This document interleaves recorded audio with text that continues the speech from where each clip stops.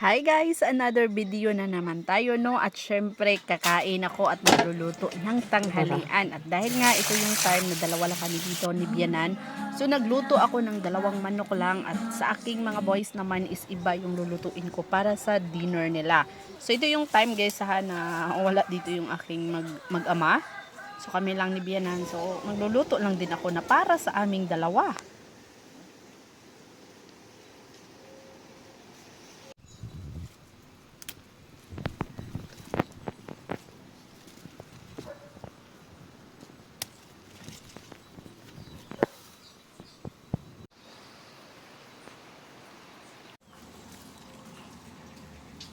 Nilaga. Wow!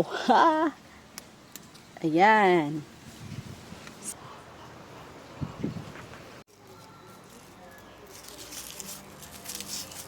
Para kumot din siya guys. Oh.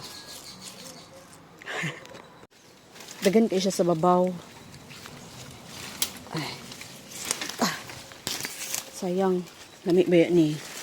Bati na naman. And meron din naman ako makukuha dito. At doon din. So, and guys. Napay siya daghan, oy. Hinabok ko dyan kasi gagamitin din.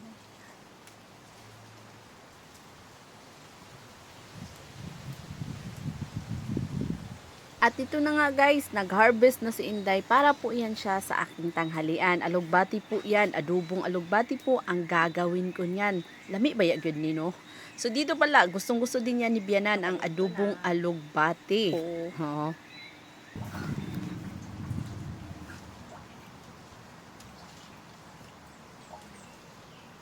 Ang bango.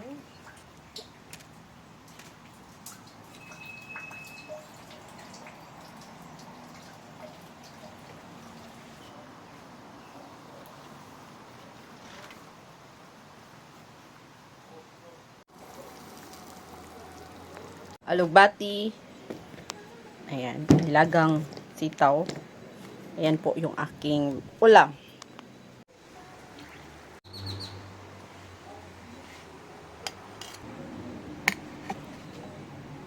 Tapos ko na pala siyang niluto, mga 20 minutes lang naman yun siya guys. Tapos ayun, imamarinate ko na. Syempre pinalamig ko muna. At pag marinate ko naman ay lemon, salt and pepper, soy sauce, oyster sauce, garlic at yun lang. Imamarinate ko siya dito for 30 minutes. While busy ako, so imamarinate ko muna siya para pag natapos na ba, o, diba, magluluto na ng tanghalian. Pero hindi naman ako nagmamadali kasi wala dito yung aking mga anak. Pag nandito lang naman yung aking mga anak, kailangan 12 ay naluto na talaga. So, alam nyo naman, ang mga gawaing pangbahay, hindi yan mawawala din. At hapon naman ay nasa bakuran. Ganun po yung aking time talaga na binabudget.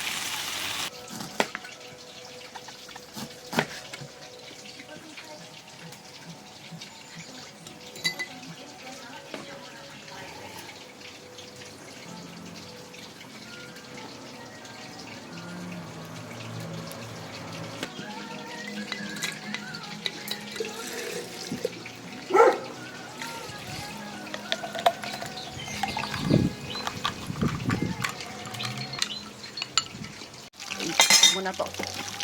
Okay na, tingkao na. Wow, yang.